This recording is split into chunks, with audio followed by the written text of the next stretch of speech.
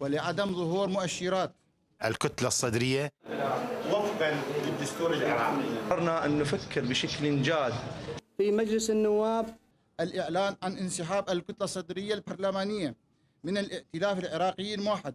الكتلة الصدرية إنهاء تعليق عضويتها اعتبارا من هذا اليوم، نظرا للمصلحة العامة ولرفع بعض معاناة الشعب العراقي الصابر ولترتب الآثار الإيجابية على ذلك. رأينا من الضروري إصدار الأمر إلى وزراء الكتلة الصدرية للانسحاب فورا من الحكومة العراقية.